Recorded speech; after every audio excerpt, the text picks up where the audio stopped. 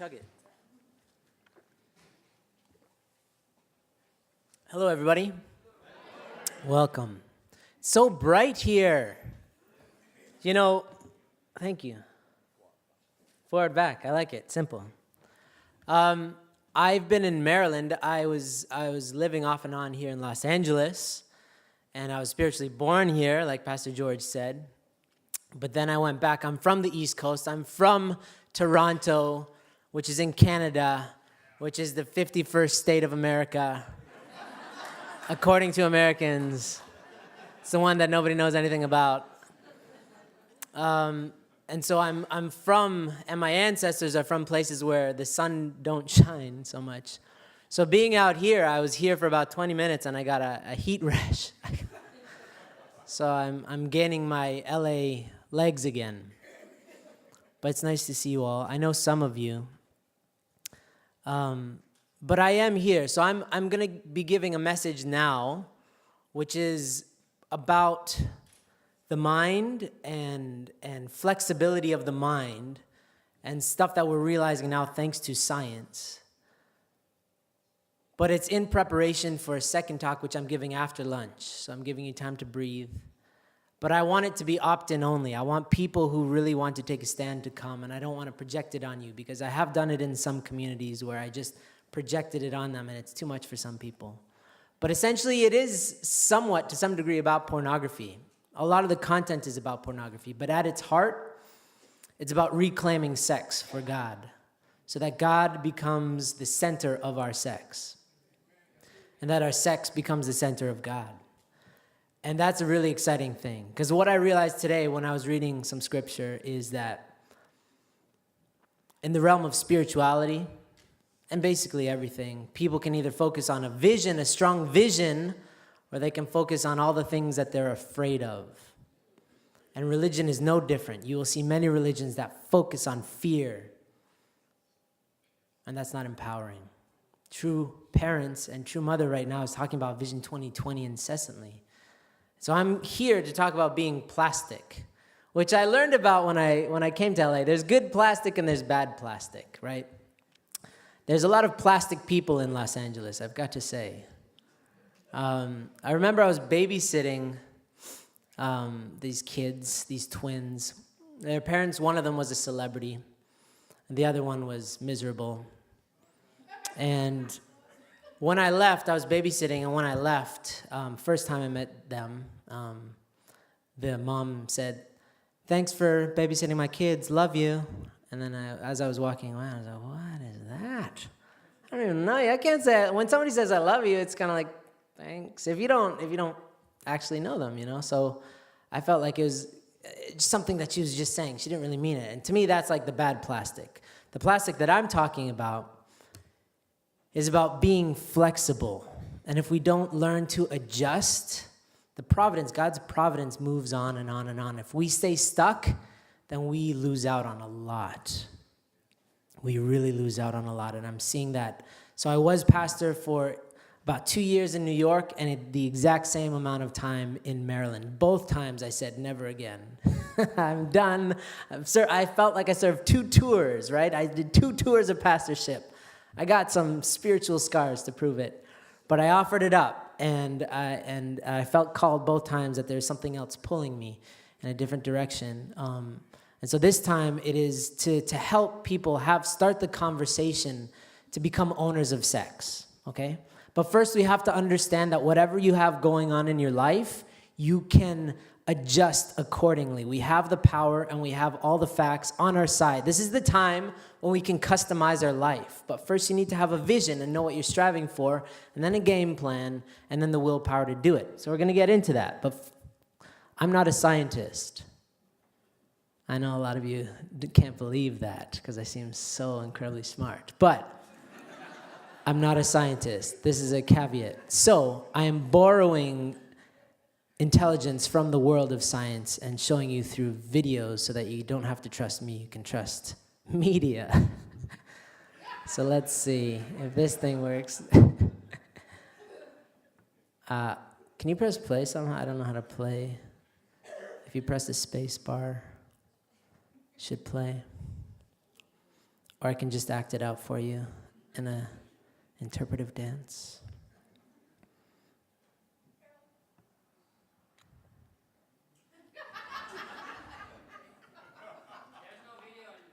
There's a video.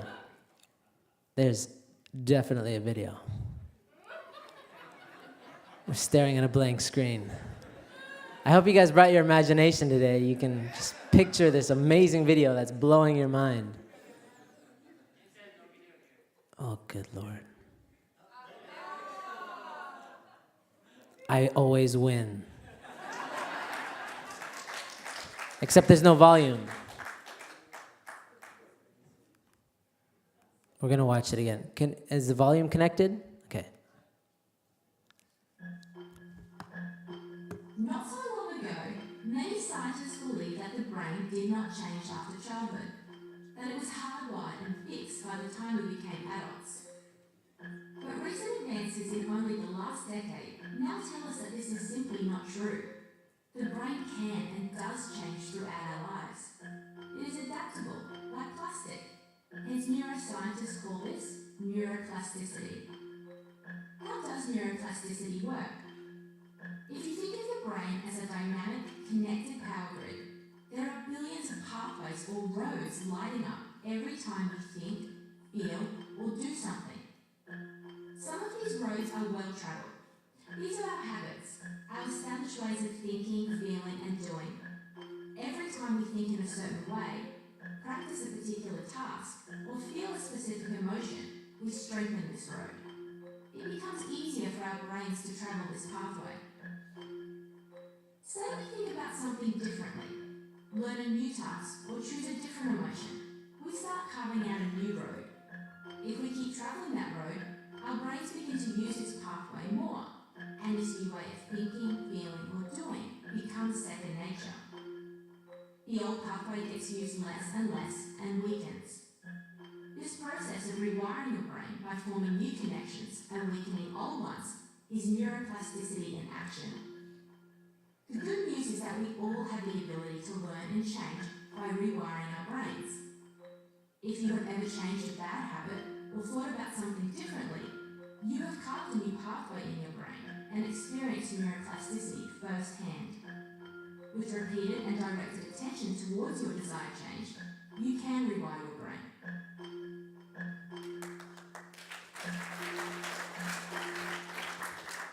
So this is, I'm sure a lot of you kind of know this already to sometimes a large extent, but the reason I think this is really important because this is confirmation that we have the ability to do whatever we feel called to do. The only limitations we have are in our mind, right?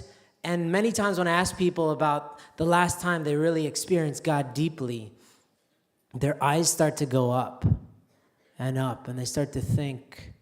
And you can see they're going back in time. They're in their mind, and they're back. And sometimes it's 10, 20 years since they've really had a deep experience.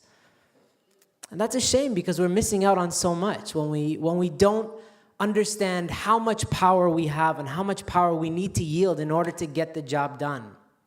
Whatever you're feeling called to do. And I found this quote, or I recalled this quote from the Divine Principle too late after I'd already made this presentation. So I'm going to have to paraphrase. I apologize. But the quote is essentially that God has endowed us with the ability to understand his heart, then with the intelligence, so that's emotion, with the intellect, with the intelligence to basically come up with a game plan to figure out, okay, you want this, and then you come up with a game plan to figure out how can I accomplish this, and then the willpower to do it. Do you guys remember that part of the Divine Principle? I forget the wording. But I saw that and I realized that this is exactly it. Because many times when you feel called to do something, the first thing you come up with is a reason not to do it. I can't. Clearly, you must have found the wrong person, right? I can't do that. I'm not smart. I'm not fast. I'm not this. I'm not that. Because that's the pathway that we've formed in our brain. This is the belief we have about ourselves. And many times we'll worship and we'll put all this belief in other people to avoid belief in ourselves. But God needs us to believe in ourselves, that we have the power and the authority of God within us. He needs us. He has no hands and he has no bodies. We are that, right? But substantially, this is the era of substance. And we are going to be stuck unless we substantially recognize that fact and stand up in a big way, in whatever way you feel called to do, right? And so I used to do comedy a while ago. But when I did that, there's one thing I could never talk about, and that is sex. Because I always felt like it would be too weird if a little person like me was talking about sex. I thought it'd just be too awkward for everybody in the audience, so I didn't even touch it. And then at some point, God gave me the commission to speak exclusively about sex all day, every day. That seems to be all I talk about in the best way possible, heavenly sex. And so I had to really work to change some concepts about myself. And I really feel that we need to do that on a daily basis. So I have some quote for you. This is from the Bible. That didn't convert well. Sorry. They promised them freedom. This is from 2 Peter. They promised them freedom while they themselves are slaves to corruption. For a man is a slave to whatever has overcome him. So if I were to ask somebody to come up here and tell a joke, a hilarious joke, if I were to say, I'm going to point at somebody, and wherever my finger stops, you have to come up onto this stage and tell the funniest joke that any of us have ever heard. Most of you are sweating bricks right now. I won't actually do it. It's just a false alarm. I just want to scare you. Because most of us are a slave to this concept that we can't. I'm not funny. So then you're not funny because you've just etched that out in your brain. You've told yourself this. I'm not smart. I'm not this and that, right? But this quote, flip it around. Flip it around for 1 second and imagine that you're a slave to your conscience, to your highest self, that you can do nothing but good because you've trained yourself to be nothing but good. There's no room for darkness. What is that called? That's called the high noon era, when there's no room for shadows, because the light of God is right above our head. We're not trying to hide anywhere. Do you understand? So, I mean, we kind of vacillate. Obviously, we have ups and downs, and we have our stages that we have to go through. But the fact is that if you're conscious, if you have a conscious objective of where you want to go, God will plant that seed. If you pray sincerely enough, you will be able to find out exactly where to be, the place. And you'll be able to figure out what skills you need to acquire to be the right person with the right skills in the right place, and God will work through you. But it takes effort. The other day, I was in a Bolt bus. Didn't smell wonderful, but whatever. I was in a Bolt bus, and I found a wallet on the ground. And I just instinctively, my arm reached down and picked it up, and I just lifted it up, and I said, hey, I found a wallet. And then somebody's like, give it to the driver. So I gave it to the driver. Driver found it, gave it to some guy. The guy was in the military. Everybody thanked him for being in the military. Problem solved. And then later, a few minutes later, I was thinking, it never even occurred to me to even peruse the wallet to see if there's any money in it, right? And that to me that's fantastic, because it means that I've been wiring my brain to not even let that come into the realm of possibility. Because again, sometimes when we vacillate, say we're low, say we're negative, the world is against us, we feel forlorn, we feel, why is everybody mistreating me? Then we can start to focus on negative things. And we say, well, if the world is against me, then nobody would mind if I just took $20 from this wallet, right? But again, if you're a slave to negative emotions, then you're kind of out of control here. But if you're a slave to your best self, to your original mind, to your original heart, then you can do nothing but good.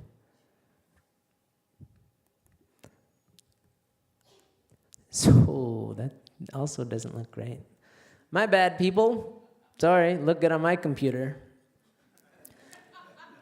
God feels, this is from The Divine Principle, a book that changed my life.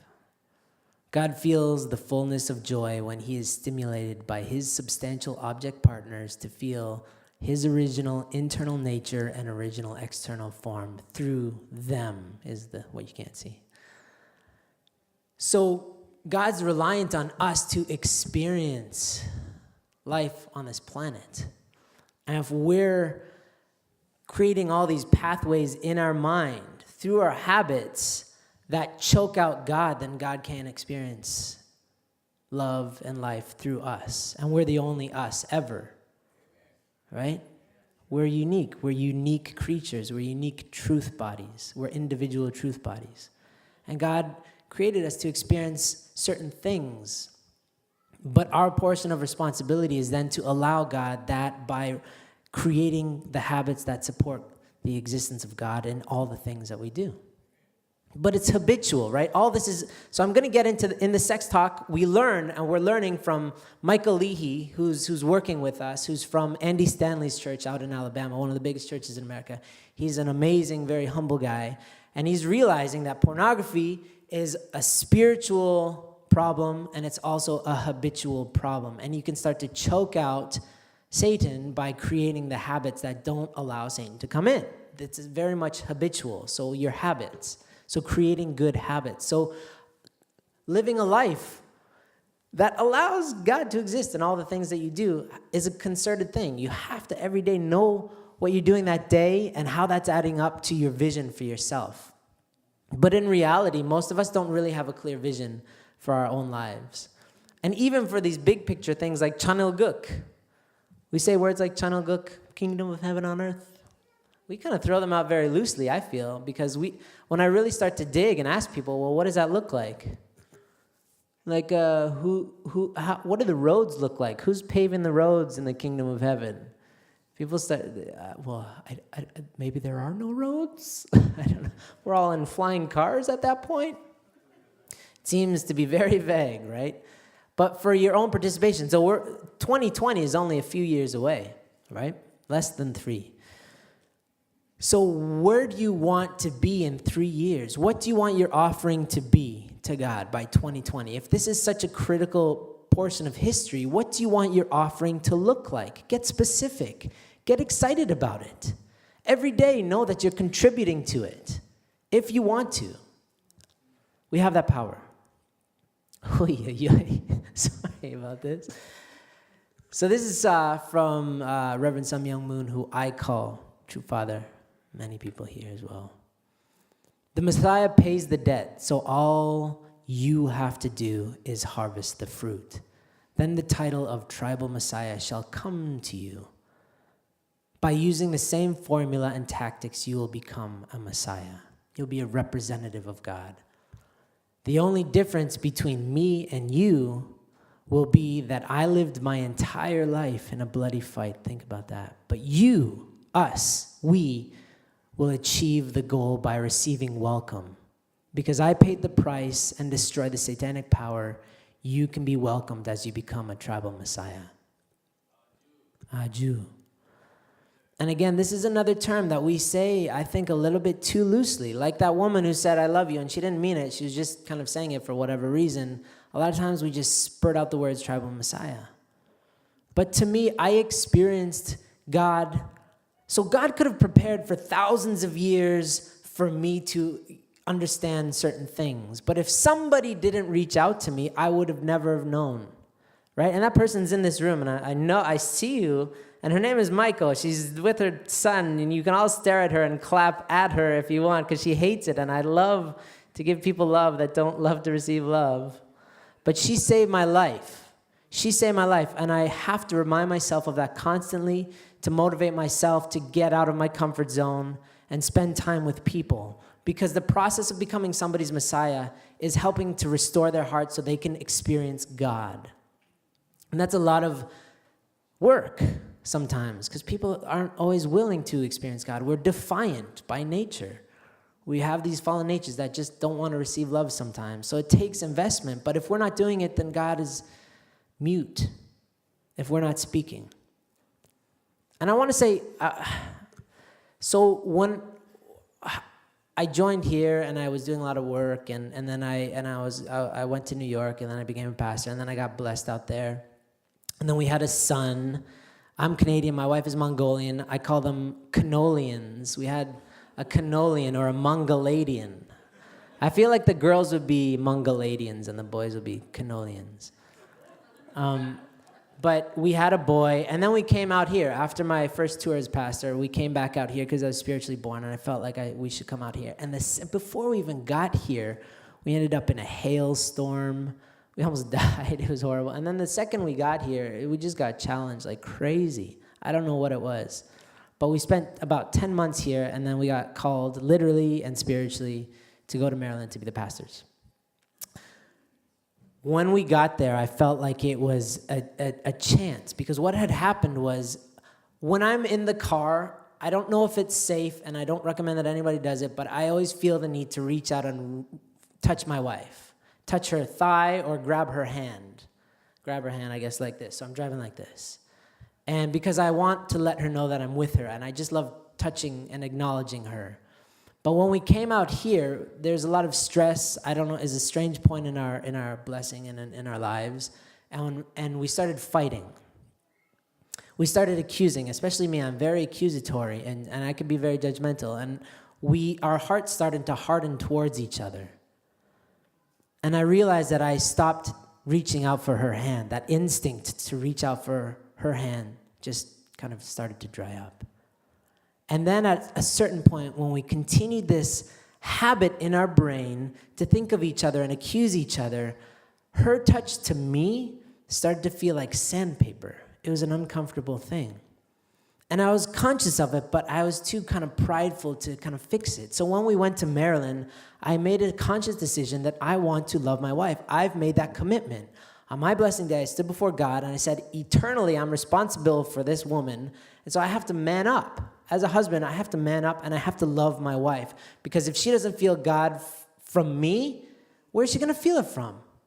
Where's she going to feel it from? That's my responsibility, to always be there for her and my kids. And that's what you can interpret how you want. That's how I interpret it.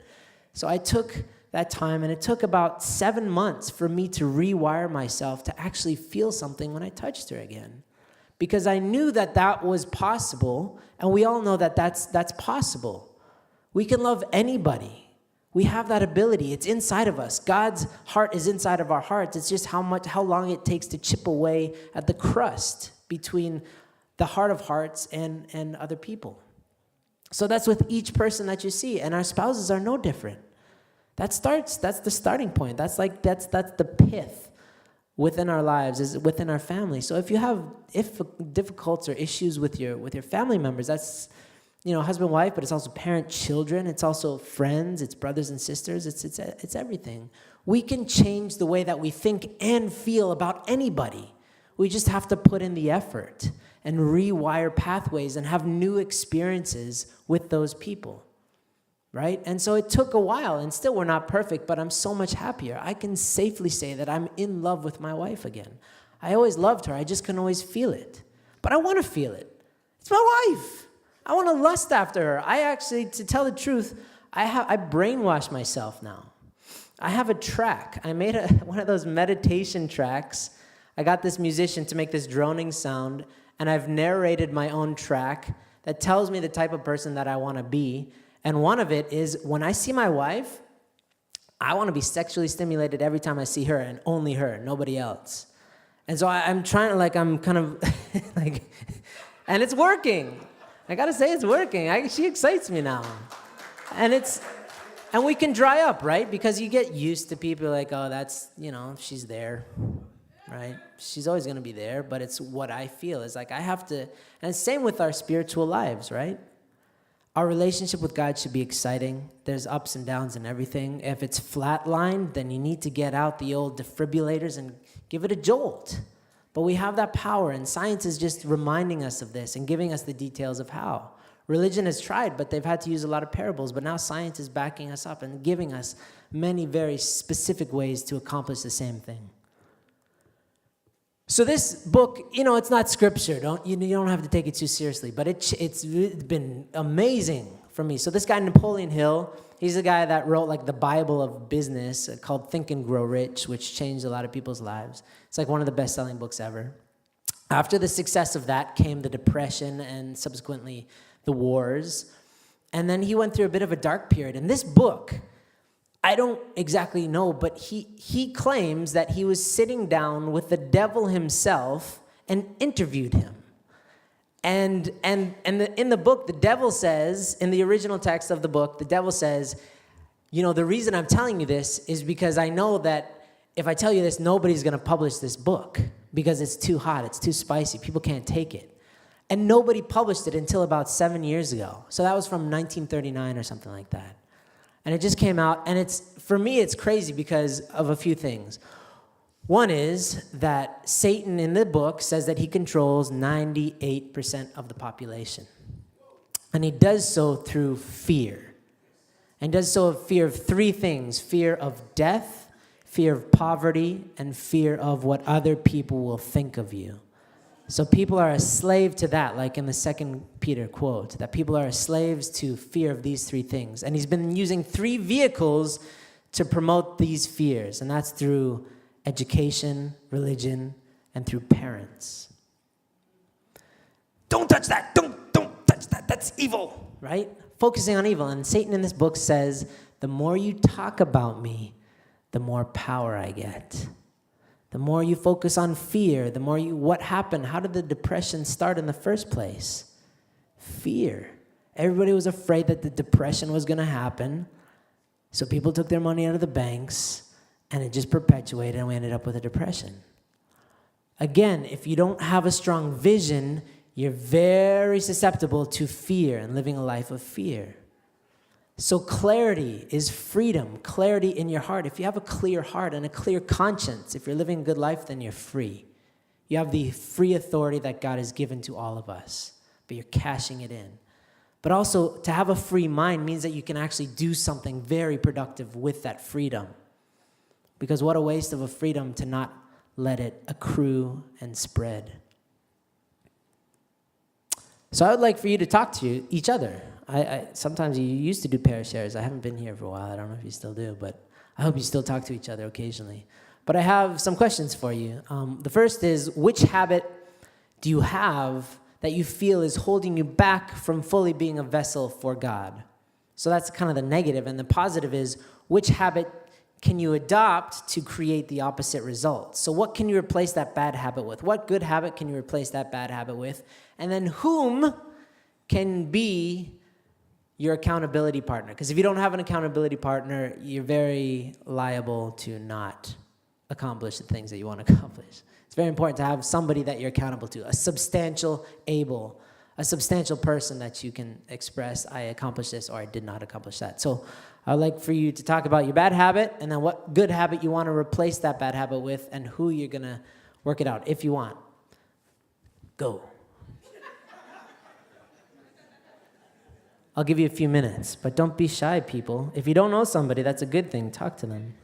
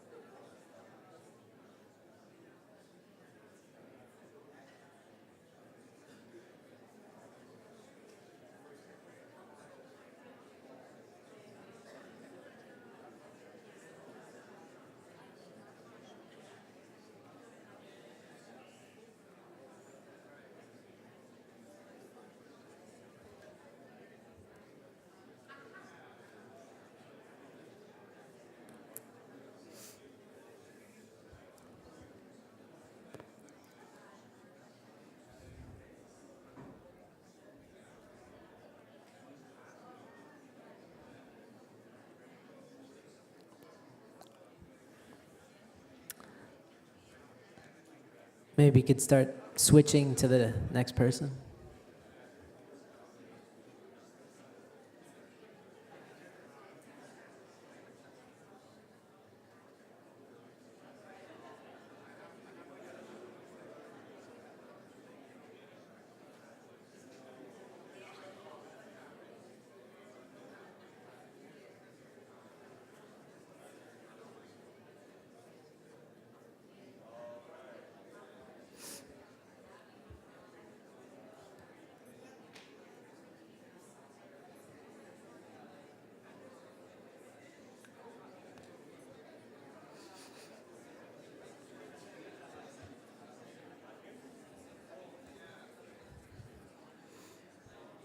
Can you raise your hand if you need another couple minutes? Okay.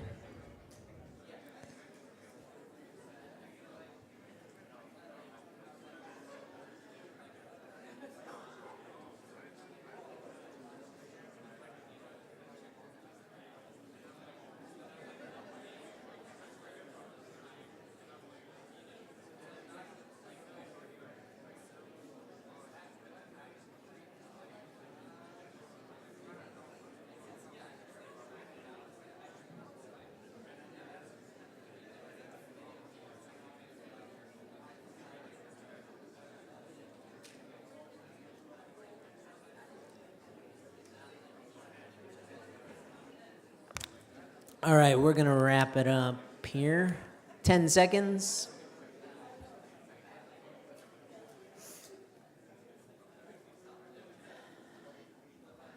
Okay.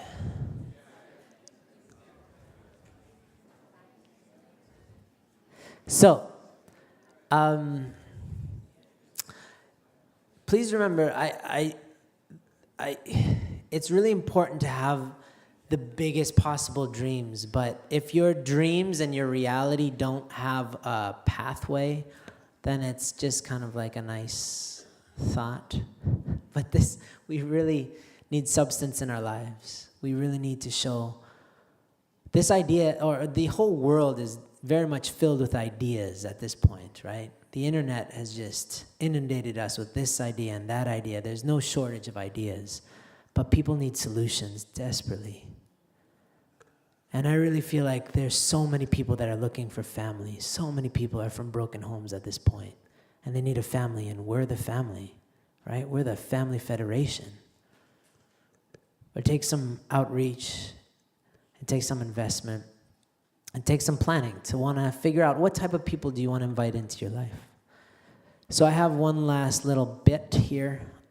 So this is a formula for guaranteed growth, which it's basically hundoke, right? So that's morning reading. You could say it like that. I've been a part of some riveting hundoke, and I've been a part of some sleep duke as well, which is like people half awake mumbling something that is intelligible.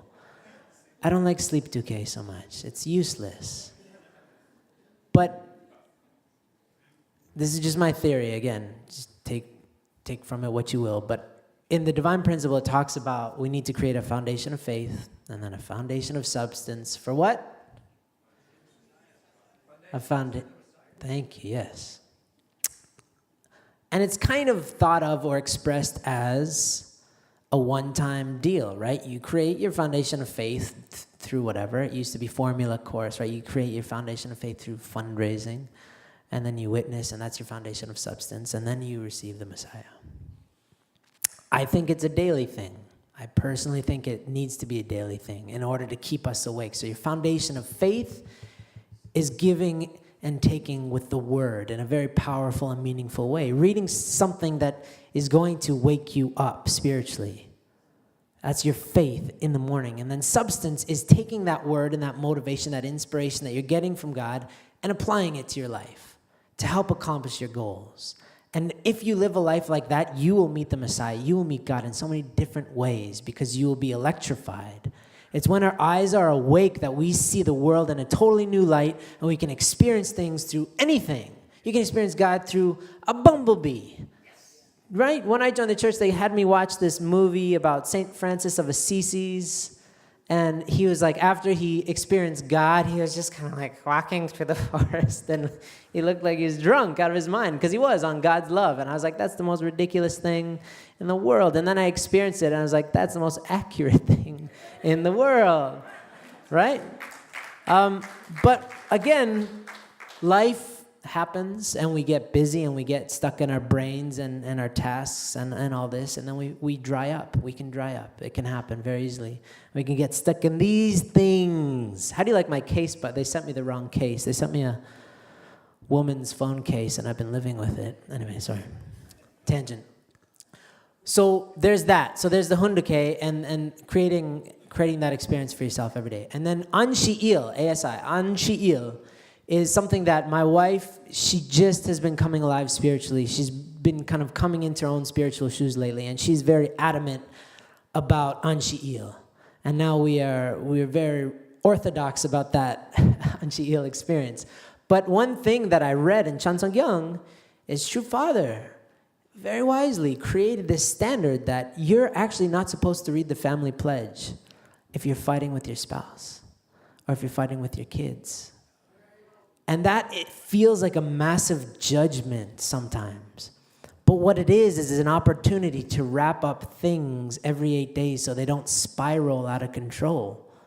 Because if you don't tend to something, if you have beef with somebody, it's so easy just to be like, well, But if that's the goal, that you wrap things up in every 8 days, especially within the family, you wrap things up. That gives you a goal post. It gives you an opportunity to work on that. So Anshi'il is really an amazing part of our faith that I get excited about. And then conditions, setting continual conditions. If you're doing these things, you will be alive. You will be electrified, especially if they're purposeful, if you're not just doing it. Because a lot of times, too, what are the outcomes that you're looking for with your condition? Not just the thing that you're doing, but what do you want at the end of those 40 days or whatever it is? So offering something to God to make space to receive something. Get specific. So again, this is all kind of like, pretty much 101. It's DP 101.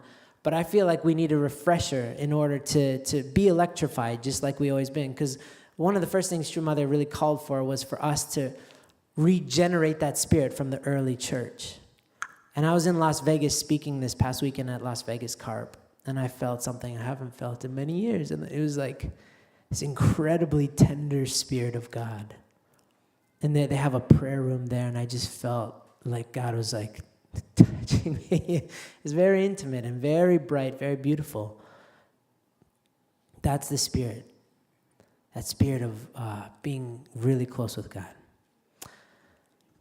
So, this is all in preparation to help you to understand, if you didn't already, or just to remind you that we have the ability to rewire ourselves according to the person that we want to be, so that our life is an offering. And that we can show up in spirit world and see, like, look what I did with my life, instead of be like, I'm sorry. Can I try again? It's like, only if you're a Buddhist. Right?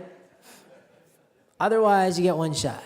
And so I want to come in, I want to bust through those doors of heaven and just be like, look. But that's every day. Are you offering your days like that? Hey, I did this, and offer it up. Because we can always do more. But, are you proud of your days?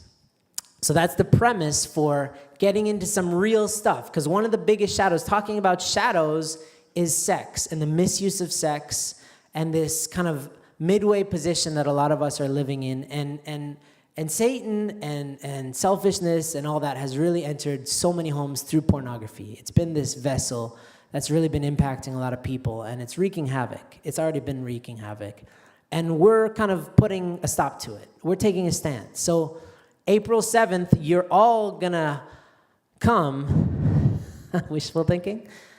Many of you, I hope, will come to Las Vegas because that's our official stance. That's our line in the sand where we say this is where we stand on this issue about sexual integrity, about absolute sex.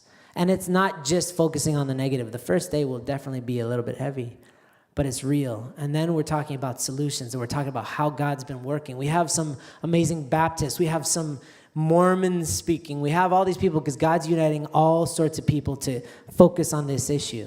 And we were at an evangelical meeting a year ago with 800 pastors from across the nation. And some pastors were very angry because a Catholic priest spoke and a Mormon spoke. And they said, how dare you let those people on stage? And Josh McDowell, who used to persecute us like crazy, said, guys, let's get real. The only way that we're going to defeat Satan is if we come together. God has to work through all sorts of different people. And he came and he embraced David Wolfenberger in front of all of us. And he said, thank you so much, because we were the biggest delegation. So we are going to become a massive resource to deal with real issues. And this sex is like, that's our territory. That's our real estate. How many hours did True Parents talk about sex? A lot, from what I hear. Hours about the penis. Yet many people can't even say the word sex. They say chapter 2. Let's say the word sex. Let's own sex. Let's claim it for God. Let's have amazing sex. Let's be there. Let's let our kids inherit a world that makes sense rather than a world that's torn apart through people just acting in crazy ways. So anyway, I'm going to be giving a talk today after lunch at 12:20, and I invite you all, please come. If you show up, it does not mean that you're a pervert.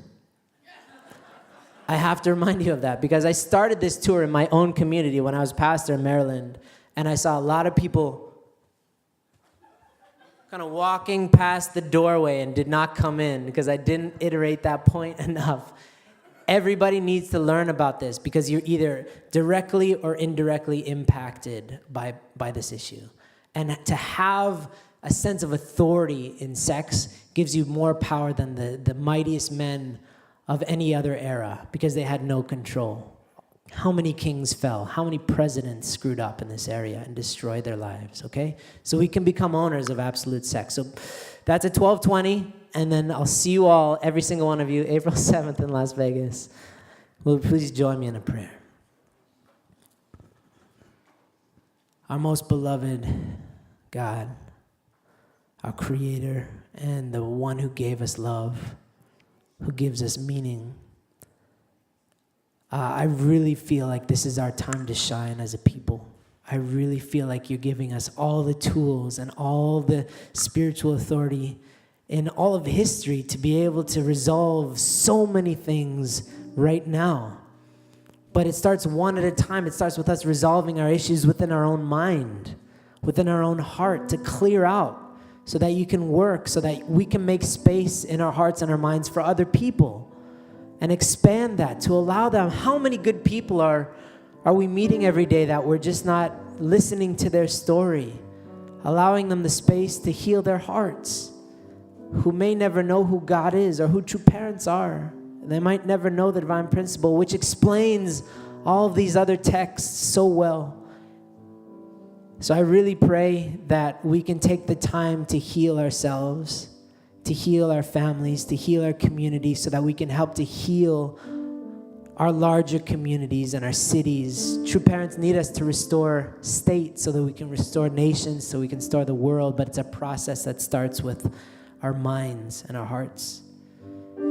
So I know you're always trying to reach out to us and speak to us. You want us to listen to your beautiful words and you want us to feel your beautiful love, but we don't always make space for it. So I pray that we can take the time and make the space to make you a priority and your love a priority, and allow that to spread in our lives so that our lives become just this beautiful testimony of love, life, and a lineage of hope and love. We love you so much, and I pray that we can all walk out of here and challenge ourselves to be greater vessels, and that we don't impede the process of creating Chanuguk here, that we become catalysts for Chanuguk. So we love you. I thank you. This is a beautiful community. This is the most inspired community I've visited thus far. They're really touched by your hand, and they have all that they need to survive, not just survive, but to thrive. And so I really pray that you can bless them in really exciting ways, and that they can work well together to expand your blessing and your authority. And I offer you this message humbly, speaking to this beautiful family of mine, and I report this prayer in the Love family name, Aju and Amen.